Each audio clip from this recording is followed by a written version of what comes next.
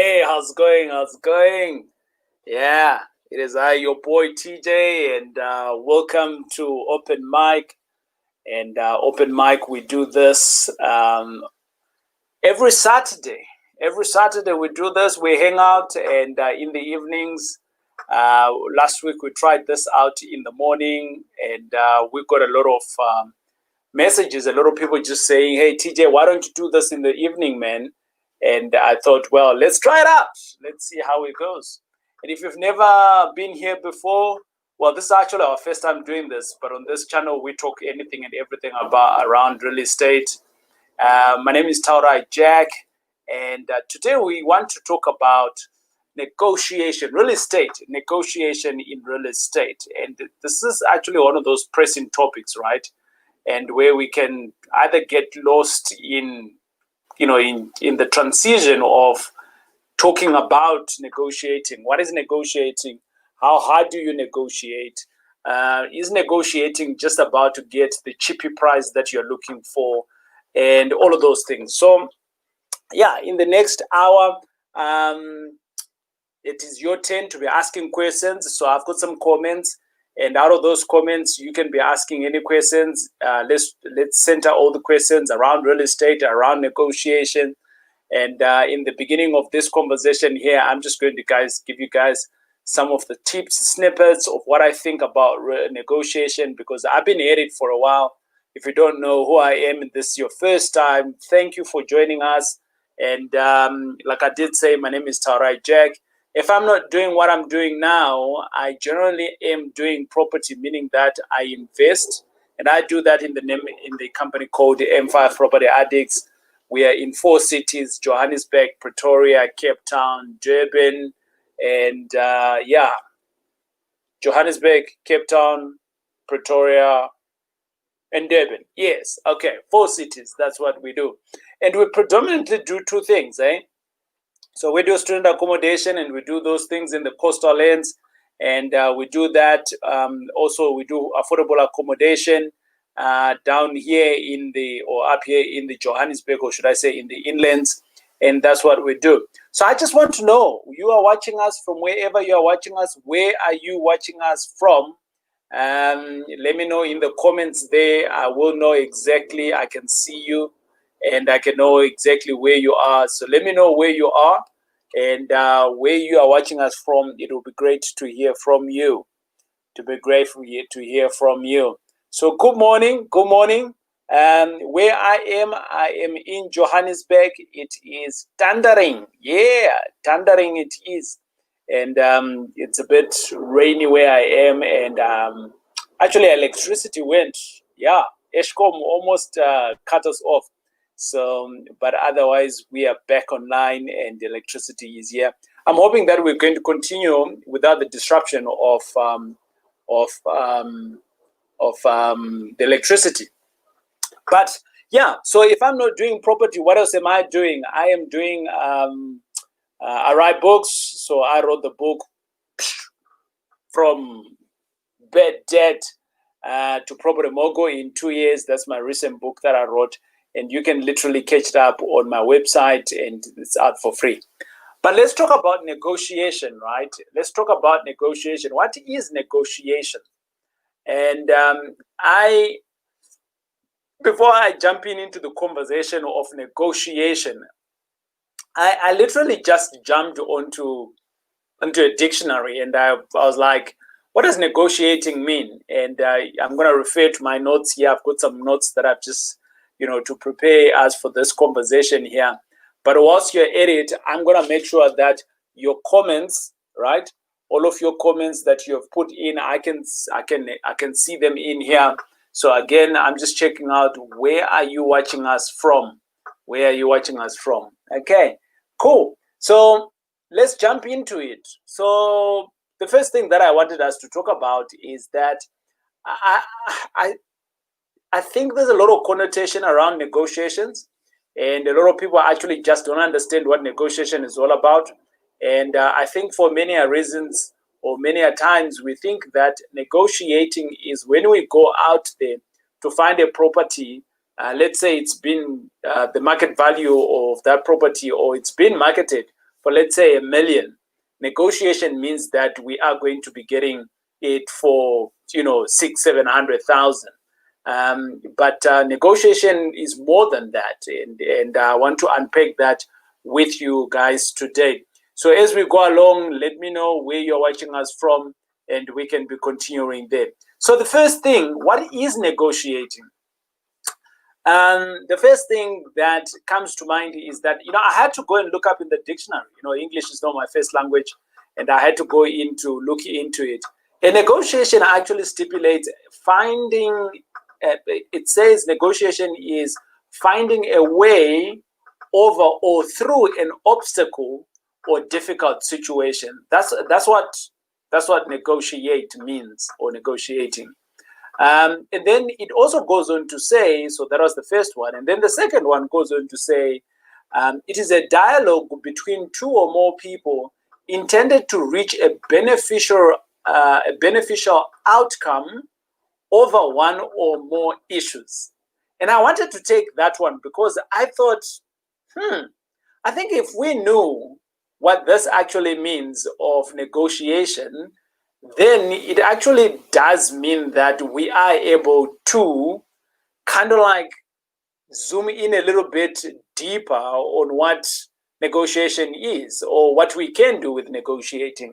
It's not just about, I'm giving an example of the 1 million, and I'm saying that, the 1 million rand value is there, but what are the problems that are there? Because if we are going to negotiate, if we're just looking at it from this meaning here, right? Find a way over through an obstacle or a difficult situation. So what's the difficult situation in that? Is it the price? I don't know, and it goes on to say it's a dialogue between two people or more, intended to reach a beneficial outcome. And I want to hang on to the point of beneficial. If it's going to benefit you on the 700 or on the 600 for you to put in an offer, thumbs up, right? But is it going to benefit the other person? Maybe not, right?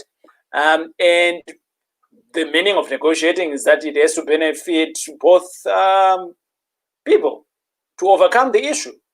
So I actually want to zoom in a little bit on here, and I want to jump on to say, look, you can negotiate on a deal without actually having to knock down the other person. You can. And I want to almost kind of like come in and say to you guys,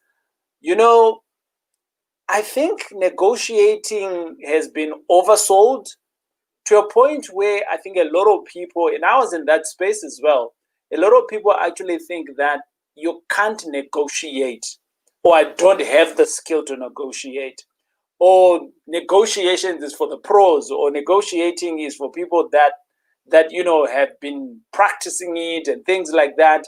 There's some element in truth in it, but it's not really the truth. The truth is that all of us, we have that skill.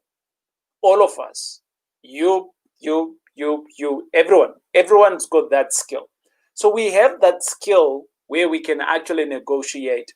So I want to jump on to this fact that if you're a parent, you are consistently potentially negotiating with your kids. It's just that simple, And I want to bring it to the obvious stuff here, right? And the other thing is that if you've ever dated, or if you're dating, or you're married, then negotiation was the skill. You had to negotiate. There's some stuff that you've just had to negotiate. For some of you, you've been to shops, you have negotiated something. So it's simple things like that, like those ones, that kind of like highlight the fact that we all have the skill of negotiating, if it makes sense, right? Now, as and when we're going around here talking about negotiating, and I'm just going to give in a few examples as I go along, but whilst we're going ahead on it, I want you guys to jump into the comments and ask the questions. So ask questions what relates to you in terms of your negotiation, whether it's been difficult or not, whether you found it easy, or any other scenario that you might have, and then we can jump into it and I'll answer it. And as I go along, I think I want to actually jump onto the fact that I think it is very easy to learn how to negotiate if you think that you don't have it, but everyone has it, right? So we've already defined it. If you go kids, if you're dating, you've negotiated your way throughout potentially in life without even knowing that you're negotiating. So what are some of the baby steps that you need to be doing for you to be able to negotiate? So intentionally now, we're going to work into the mode of how do you actually start to negotiate, right?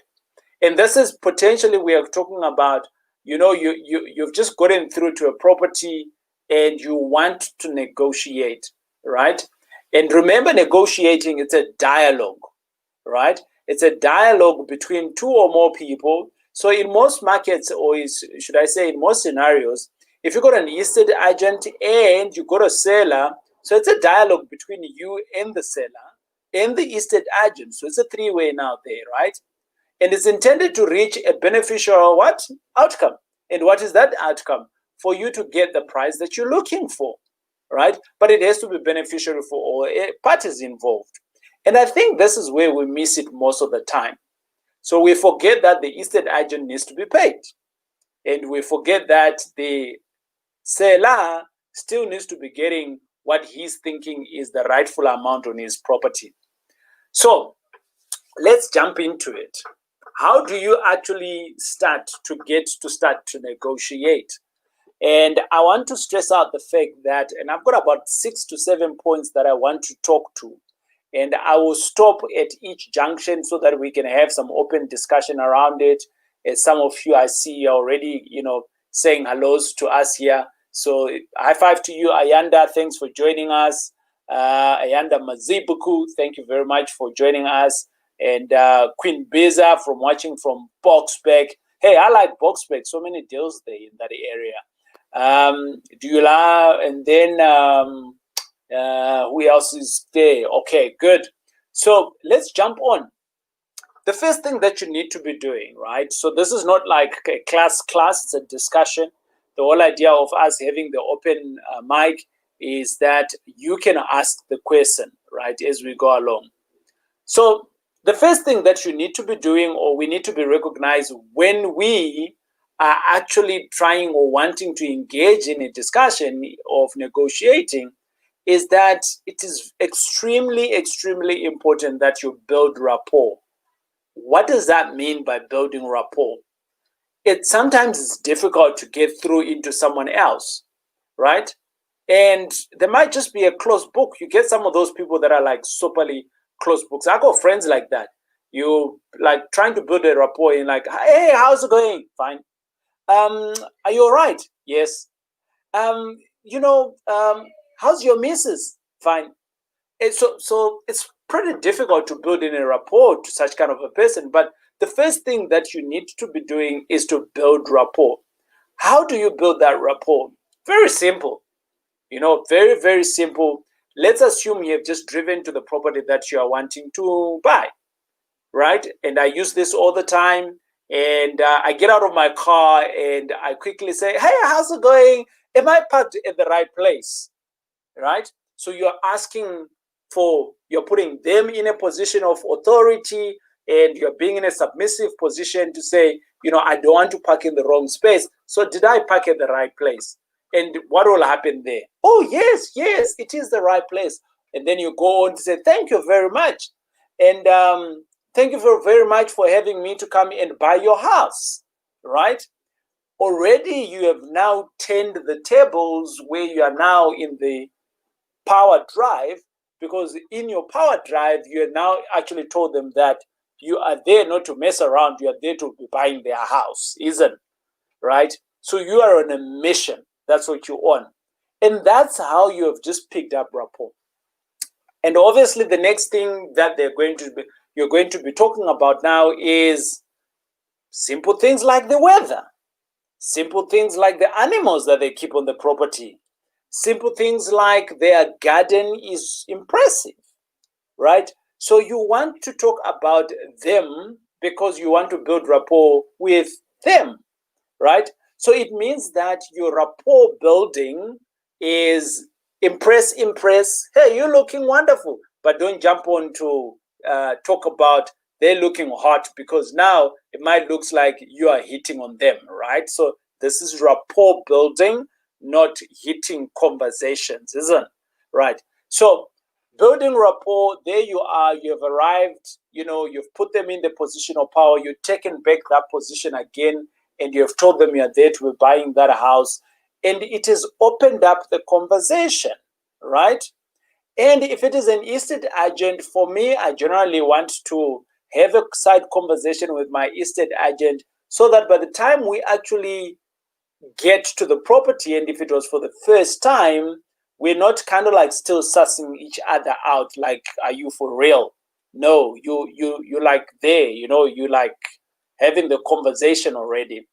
And they already know you, that you're a serious person and you're there for a business.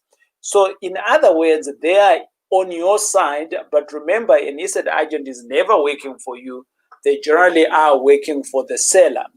So for that reason, rapport, you need to be building with the estate agent. You need to be building rapport with the owner of the property as well.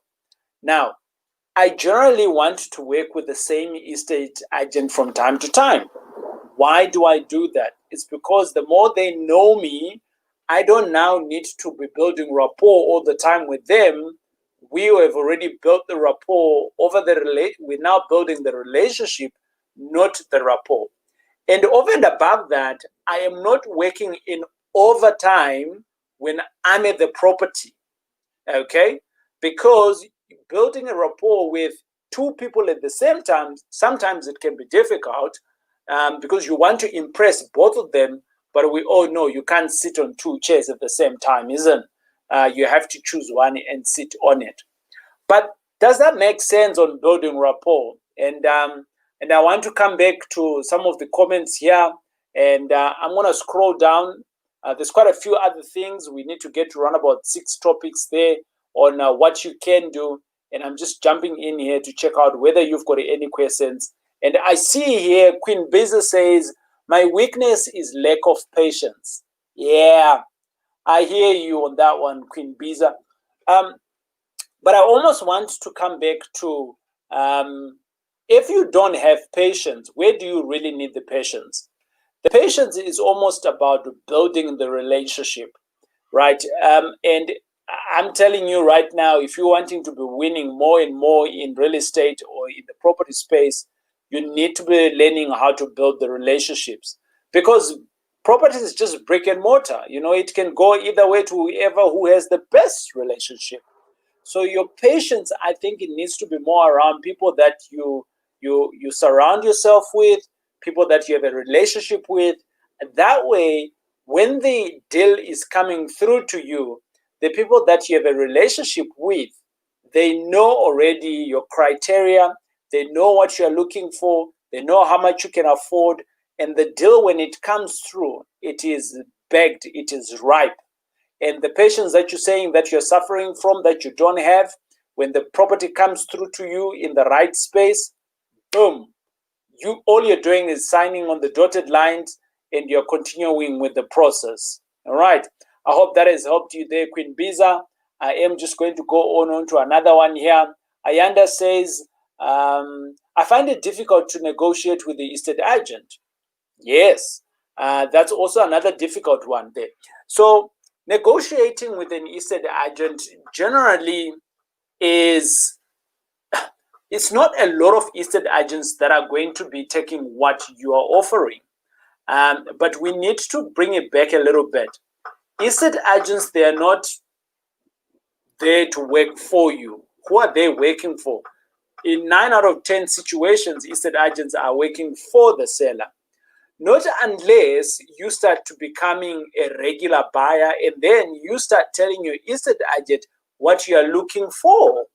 And with what you're looking for, then they kind of like start working for you, in the sense that they are going out there to look for opportunities for you. But in that case, you need to be having buying power, buying all the time. And obviously from that relationship, the table starts turning now, because they're going out to look for opportunities for you.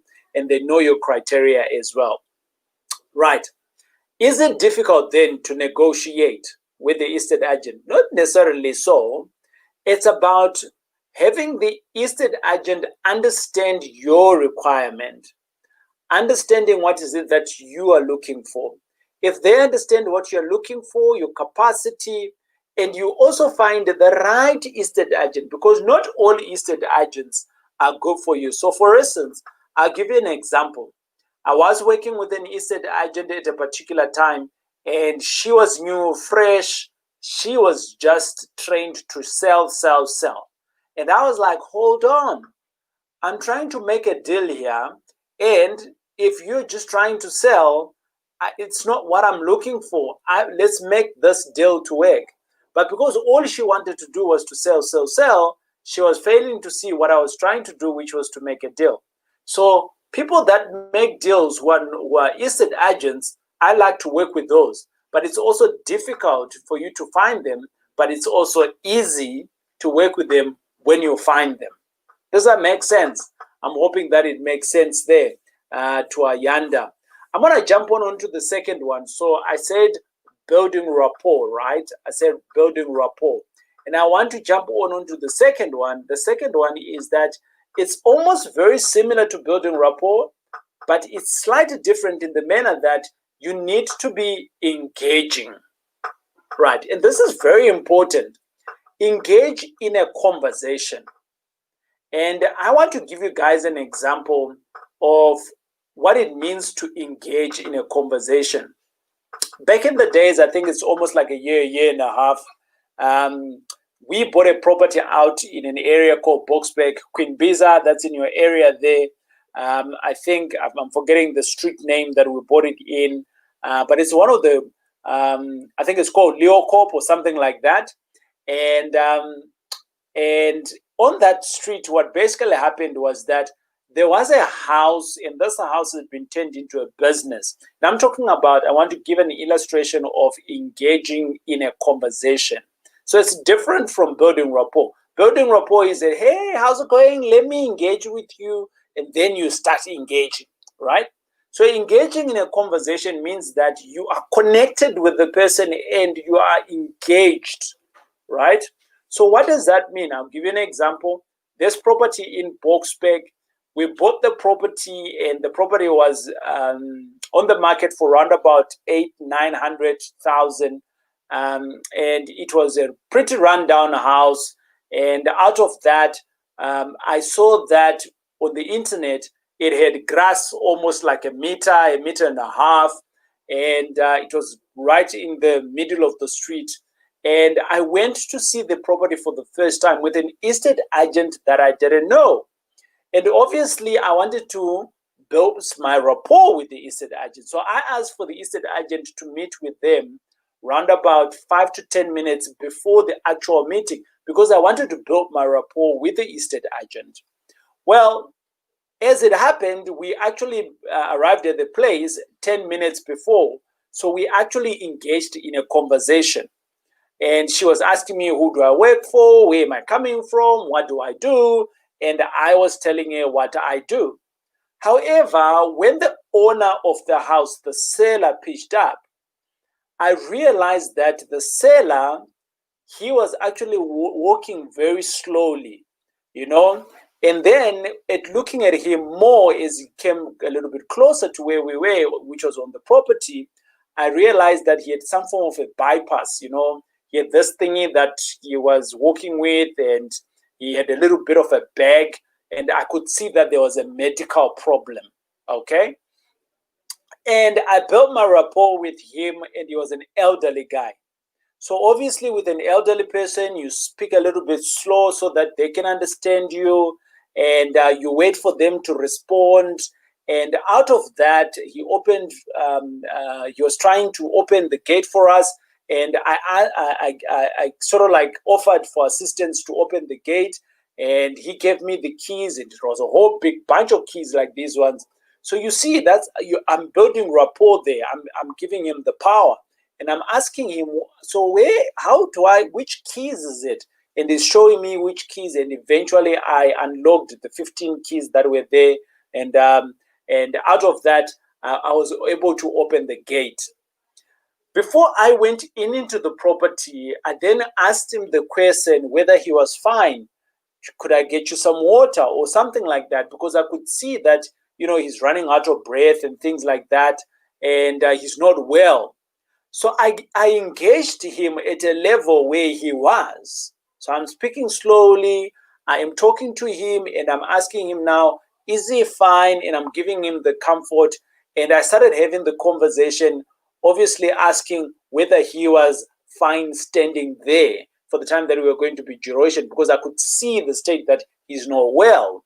And I offered some help. Can I, hold your hand whilst we're going in? And there I was showing a bit of empathy whilst we were actually walking. And with that, I opened up the conversation. What is wrong with him? And what is the bypass for? So I engaged him, and he started telling me what was wrong with him. Now, I want you to pay attention to why I was doing that. And this is where the magic of negotiation happens. As I engaged with him, he opened up to me and he started telling me all the problems that he had. So I engaged with him, and it was just a conversation. And I want to jump on into point 3. And point 3 is that you need to have real empathy. There is no such thing as, just empathy and real empathy. But I want to emphasize on empathy. You need to have empathy on people's problems. Okay? Once you have empathy on people's problems, or definitely all of the houses that you're going to go to, it's not people that are with, like in this case with this guy. But remember, I mentioned that the house was on the market for 850. And as I engaged with the guy in the conversation, I actually realized that he was selling the house in the conversation that we had because he wanted money for an operation. And out of that, I then realized that, there is the problem, right? The problem is not that he wants to sell this house. No, he didn't want to sell the house. He has had this house for the longest time. It was paid up. He had been running his office on that property for the longest time. But the problem here was that he needed to seek medical attention. So in my conversation, I extracted enough information for myself to actually be able to know maybe how much I could offer him to solve the problem of his medical issue.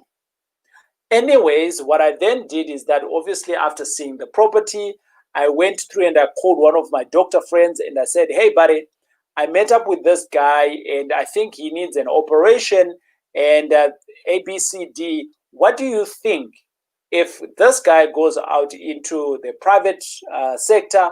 How much would he need for an operation? And if he goes into the public, how much would he need? Well, he told me what it was, and I came back and I topped it up with round about 50,000 rand, and I came back and I offered round about 350, 250 was my first offer on that property, and Madala said no. However, I then came back and I said to Madala, can I offer you 350,000, but I know that it's going to take us a bit of time to register. I am happy to give you the 350 now, but we can do an installment sale on the property. And for some of you that don't know an installment sale, in M5 Property Varsity, we actually have a course that is called the installment sale that you can literally buy for as little as 600 Rand, and you can educate yourself on how to do installment sales. Now, whilst I am doing that, he then said yes. But on the other side, I went to my estate agent, right? And how did I do that? I didn't put in an offer directly to the estate agent. I asked my estate agent whether we could go and see the property again. And at that time, I then told my estate agent that I am going to put in a verbal offer and I am going to do it, but I want to check something on the property. So my estate agent pitched up together with my seller, and at that time I gave in my offer of 250. But I indicated to my estate agent that, look, I understand the property is run down, and for whatever it's going to be selling, I don't think that you're going to get good commission, right? Whatever commission that is going to come out of this place here, I might as well maybe just double it up for you to get something tangible on it. And my estate agent said, yes, that would make sense. And I would put it in the offer to purchase. And that was great. So for when we offered the 350, eventually, we actually just bought the property for 350 flat. And we paid 250, and that 250 was money that we paid upfront. And what happened to Madala? I was able to solve the problem that was there, which was a medical problem. He actually needed about 180,000 to solve his problem. Okay. So I want to go into point number 4. So point number 4 is you need to have the ability to solve problems. You need to have the ability to solve problems. Yes, point number 2 is that you need to engage into a conversation, right? And out of that, you need to be having some empathy. So that there is a problem now, and you're identifying it, but you need to show some empathy. But now that you have identified the problem that you're empathizing on, how do you solve for that problem? If I didn't know if a doctor friend, how else would I have known the cost of solving the medical problem? So that's what I now need to do. And it draws me now into point number 5. And point number 5 is you need to know how to research. So in this scenario of this house in Boksburg, I was able to go out and research from a medical perspective, how much is this going to cost me if Madala was going to go into an operation. And the other research that I also did was on the actual property. Had I bought it for 350, how much could I sell it for if I was going to sell it? And if I had put in 350, how much do I need to actually have on the property to renovate it? So that's all part of your research, your due diligence, as we call it. And I'm labeling this research because it may be under the due diligence. Due diligence and research is kind of like the same thing. But the reason why I'm saying research is that I also want to cover the component of, when we say in due diligence, it might only just cover the property aspect. But I want you to again think of other aspects that you're seeing that you have found as and when you are engaging with this individual. And then the other comment, the other statement that I want to say here is that you need to have alternative options, right? You need to have alternative options. What do I mean by this? When I put in an offer of the 250 in the first place, because it was solving the Madala's problem, I knew that he was going to say no. But my alternative was that if I give him the 350, but give him the 250 cash, he was going to buy it. But it wasn't going to allow me to actually buy the entire house. So I said to him, 250 cash, but I'm now left with 100,000. When do I pay the other 100? And I delayed that, and I put it in on an installment sale for the 100,000. But I then asked to move in. Now, I want to give you guys a little bit of extra information on this particular deal. On this particular deal, this house was full of furniture, office furniture. In this house, there was a lot of rubbish in it. In this house, you can think of anything and everything. It was just left in there. So it was a functioning office that they had, and maybe about 10 to 15 years ago, they just left it. And at the back, they had tried to do some renovation, and they just left everything there. Now, here is some of the other things that you can do now to sweeten the negotiation. I could see that Madala was sick. I could see that if I had said to him, he actually needs to take in everything out of this property, it's going to be problematic for him.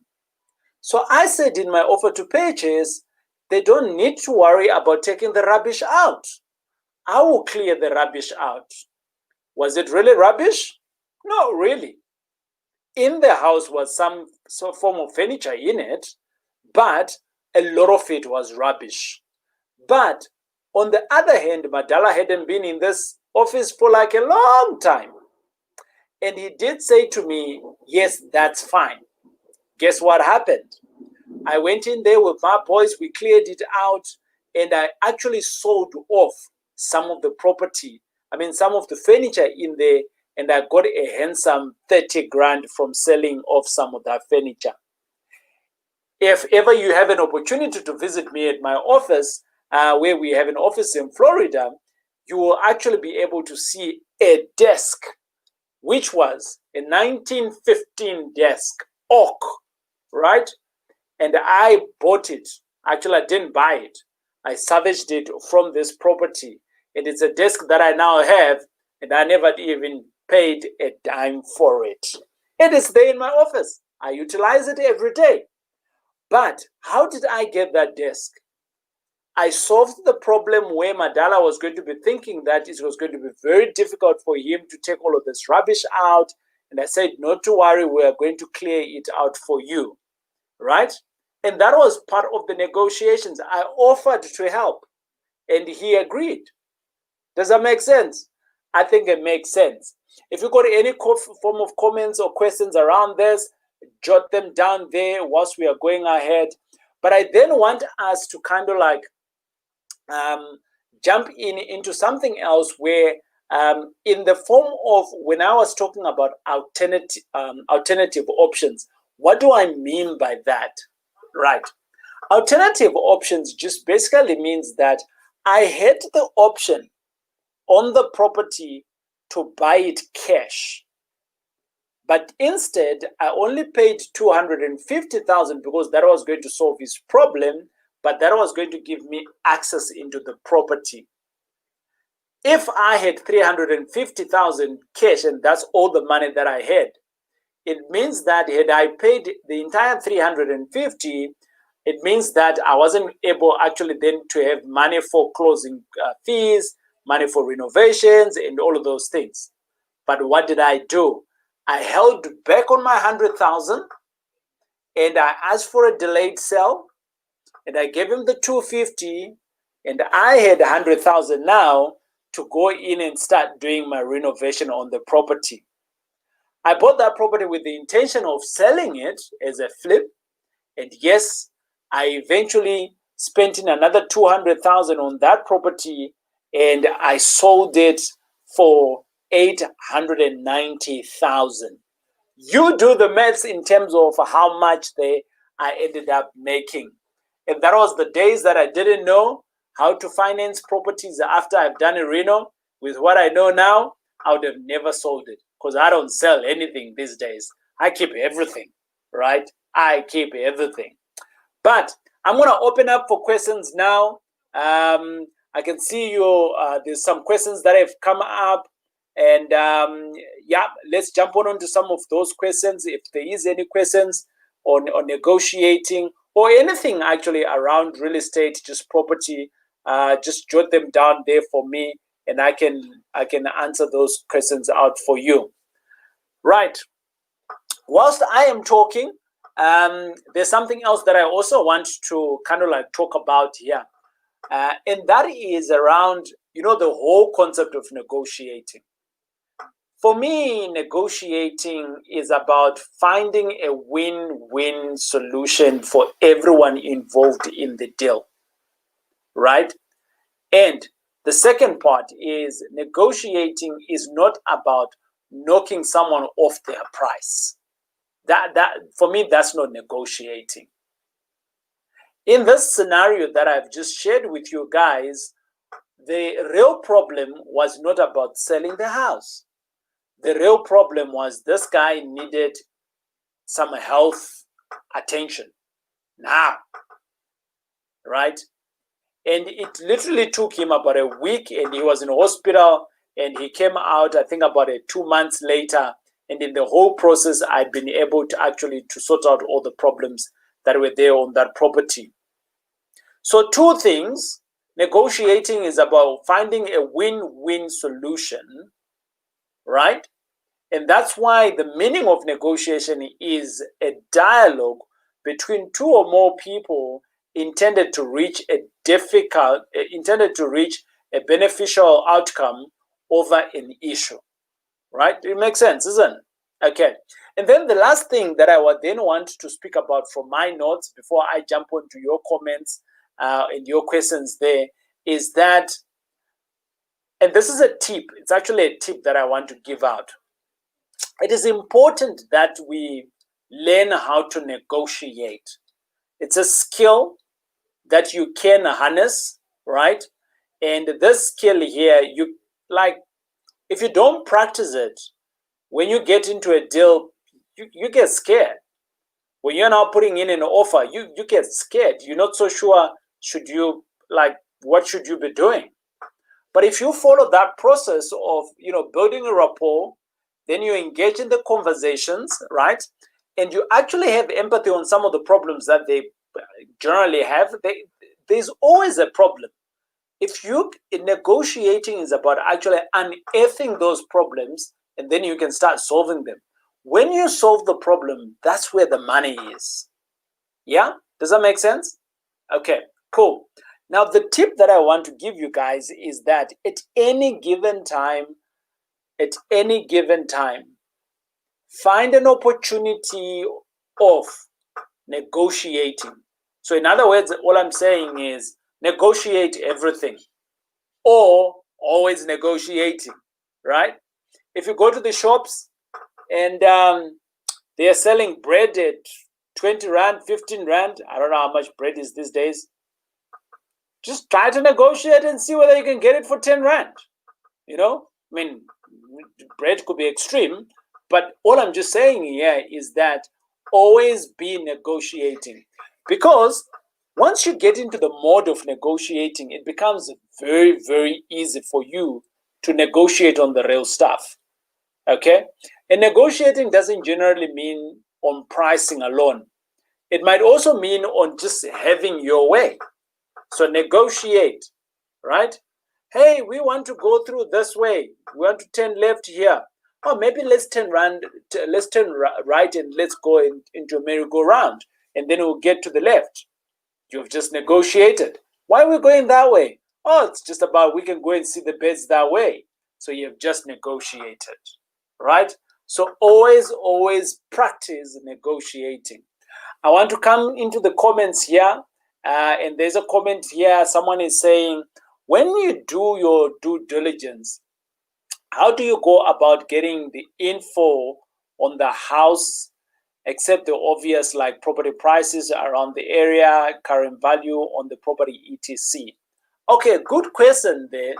And I want to speak to a point where, not to a point, but actually on, just putting my notes away there.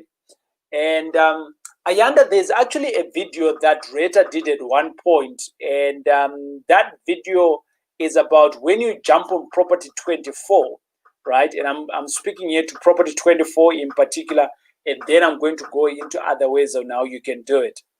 When you go on Property 24 and then you put the address of the place, the actual address of the place, what typically happens is that it will, at the bottom there, it will start telling you that, or it will ask you or it will give you last sold, right? So last sold, it won't be that particular property alone. It will actually be maybe a number of properties. I think they normally show like 4 or 5, and all of those properties could be in the same street or within the area.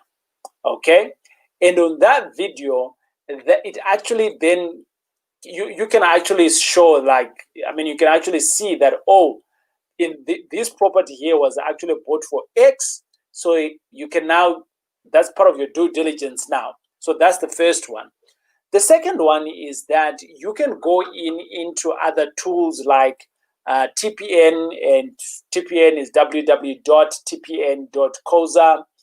You can go on to another one which is called Windit, www.windit.coza. Another one that I also like is Lightstone, www.lightstone.coza. And on there, some of these, actually all of them, they are almost subscription based. Or for as little as 20, 30 Rand, you can get a report on a particular property, right? So you go in there, and out of it, you can look for the property that you're looking for. You put in the address, and boom, the report will come up. You buy it, and from there, you can actually, it suggests to you what is the value of that property. It's called a comparable price. You'll be able to see it, and on top of that, you can be able actually to see anything and everything that is selling within that area, and that what becomes part of your due diligence. All right, and it mustn't end there actually. So what are you buying the property for? Are you buying the property for the purposes of, you want to buy it and sell it, which I don't do. I don't advocate for people to do that, because I'm of the view that it doesn't get you to be rich, man. Like you like selling tomatoes. You're a wholesaler. You buy, you sell, you make profit. I want you to be rich in equity, in assets, and that's how people get rich, right? And so once you get the depending on why you are buying or that property, if it is for the purposes of renting, then I suggest that your TPN is the good report that you want to jump into. Why? Because it's got this other report that is called an investor pack. And the investor pack kind of like tells you exactly the neighborhood, rental in that neighborhood, to a bed, 1 bed, a 2 bed, a house, all of those things. And part of your due diligence now, you can start actually looking out for all of these things. Over and above that, I would suggest that if you've never done any property investment at all, my suggestion to you is that jump on to M5 Property Varsity, and you can get, right? You can get, actually you can get 30 days for free right now. And you can jump onto a course called Property Fundamentals. And I think you can buy it for like 600, I think. Yeah, 600. And out of it, you can do it that course. It's about a 10-hour course. And from there, it can teach you how to do due diligence, like proper due diligence, right? And out of that, you can learn how to do it. And you can get other tools like we did speak about, like the installment sale and things like that. Okay. I'm hoping that has been of value to you. And I am going to answer another question. Right. And Lindo Kutle, they're from watching us from Durban. High five to you, man. Welcome. Right. I'm going to jump onto another comment here. Ayanda says that this video came at the right time. I almost gave up on a deal I viewed last week. I just realized now that the agent didn't want a lower offer because he needs to make money. Yeah, awesome. Right. So Ayanda, what you can do there is, you need to look at. So here's the thing, right? Especially when you're working with an estate agent, right? If your offer is too low, the reality is that you are taking away their commission. It doesn't make sense. You're taking away their commission. So it's just the same with doing like an installment sale. An installment sale in general doesn't allow you to pay out the estate agent. But for me, I like to pay them up front. So with an estate agent, you can work out the fee there. Had the property sold at 900,000, what would be their commission? And can you pay them from their side? Is the deal still making sense? And it's a conversation that you need to have with your estate agent. And sometimes it works, sometimes it doesn't, And there's so many ways to skin the cat. You just need to be thinking out and looking out for the relationship that you have with your estate agent. So high five to you and good luck there. Another question that I want to address here, someone says, example, there's a house in my street, the Mandala, yeah. I get you there, Queen Biza. Yeah. Example, there's a house in my street. The Mandala has passed away currently. It's empty. and I can't seem to find who do I talk to. So, okay, right. This is a good deal. It's a good deal. Yeah, well spotted for the fact that there was someone there. So it's now a deceased estate. That's what it is. Right. The first thing that you need to be doing there is you need to jump onto Lightstone. But now the problem is that the Lightstone is going to go to the Madala because he's the owner, right? Okay, but it also gives you an opportunity to know who the Madala's name and surname is. These days, it is pretty simple, guys, to find out, the details of these people and things like that, because the world is now almost very small. Let's assume, right? Let's assume the Madala is late now. I mean, he is late now. What can you do now? You go onto Lightstone and you find out the Madala's name is Taurai Jack, like me, right? But this time around, because it's a deceased estate, you are going to find my cell phone number, right? The likelihood of my cell phone number being with my child is very high at the moment. So if you call the number, it might go to the child. That's option number one, or anyone else who is related to this person. If there's a voicemail, okay, great, no problem. But you can also go on social media, right? Hopefully Madala was on social media. And you can either start tracing the name, right? So you go into social media, type in Taurai Jack, and if you see me on it, if I'm the Madala, then obviously you're going to see a whole trail of rest in peace. Right? People do that. They go into, if I'm the one who's late, they're going to go into my wall and then they're going to write on piece. Like I'm going to see it. Like I'm dead already, right? But that's also a starting point for you to be able to find. So obviously they will say condolence, John. Oh, we are very sorry, Susan. So who are they referring to in all these condolences? And the point is that whoever that they're referring to is potentially the close person. So if a property becomes a deceased estate, which means that there's lawyers involved. So by the time you are going to call a Susan or the Jane who is being referred to, probably is the surviving person.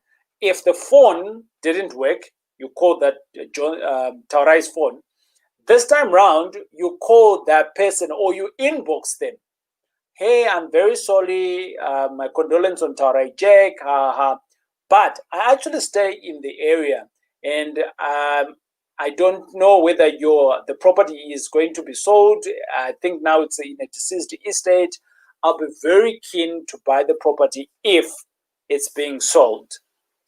You have just said condolence, straight to the point. Can I buy the house? Who can I speak to? Who is the executor? And with that information, if they're selling it, then boom, you know who the executor is, and now you can go and engage. And in general, deceased estates, they just want to get rid of the assets so that they can pay off the debts. So you might be onto something there. So high five to you. Right. The other question that's coming through. All right, I'm going into the other question here. Right. What will be the best purchase price to negotiate? Oh, is there a best price? Let's get through to all the questions. Do I take the current value of the property or do I look at what the seller has paid? Okay, that's a good question. Right, when I am negotiating, right, it is about me. It's never about what the seller paid for. It's never about what is the current value of the property, but I want to stick on to the current value because that it's a lever in my calculations. So current value matters, right? What they paid for, it's got nothing to do with me. I don't know. Maybe it wasn't their money, right? Or maybe they won lotto, so maybe they don't care about how much they're putting in that property. Who knows? Okay. Now, the best price for me is, why am I buying the property? Is it for rental purposes? Okay. If it's for rental purposes, if I put in, they are asking for 1 million, but I can only extract 20,000 on this property. So if I'm extracting 20,000 on this property, and if I add in, do I need to renovate the property? No. And if I take a bond on this property, what will be my bond? 10,000 at 10%, but we know that, at the moment you could potentially be paying maybe about 7 or 8,000. Okay, so let's take 8,000. So 8,000 is my repayment, and out of that you do have insurance and management fees and all those other things. So potentially you're all in for all costs on this property now, maybe let's say 14,000. Okay, so you're all in on 14,000, but you're banking 20 grand on it. And the question is that, what will be the best value? If the property is on the market for 1 million, I'm going to buy it for 1 million. There's no negotiation there. 1 million, boom, because I'm still making money. But can I still negotiate as well? Yeah, I can negotiate. Maybe at 900,000. So the whole driving factor here is the value of the property. You don't want to overpay, because you generally want to make money when you are buying a property. That's the first thing. And the second rule is that whatever cost you're going to be putting in, for me, I'm always happy if we buy a property and we leave zero money in the deal. My team and I, we get excited when that happens, because we know that money is really working hard for us. Or the value of the property versus the money I've left in the deal, I am getting double in terms of return on investment. What is the return of investment? The money that I've left in the deal, right? What interest is it giving back to me? So if it is giving me double what the bank might be giving me, or triple that, we're making good money. That means my money is really working hard for me. And that's the theory around it. Okay, then the other point here, I hope that makes sense for you. Nare Maloto, other questions there? Other questions? Is this live or pre-recorded? I'm live, buddy. I am live. I am here. Woohoo! Okay, cool. Right, what's the other one there? Another question that I can jump on. Okay. Okay, there is no any other questions actually to answer. Yeah, I see that Rita is online and she's been defending some of the questions there. Well done. Thank you very much for being a co-host in silence. Yeah, and that's good. Anyways, we are going to be doing this every Saturday going into the future at this time. So you better need to bring in all of your comments and questions, and we get to learn whilst we are talking to you. And I am wrapping up now, but I want to stress out the fact that as we go along with these topics, let us know which topics you also want to discuss, so that we can discuss stuff that you want to hear. Stuff that you're struggling with. Remember, this is not just about me. It is about me, yes, and it is also about you. So as I close, thanks very much for watching us. And if you haven't subscribed, this is the time that you need to subscribe. And thank you for some of you who've been good sportsmen and asking the questions. Well done to you. And I'm hoping that this information has been of value to you. And good night and have a good weekend. Cheers. Bye.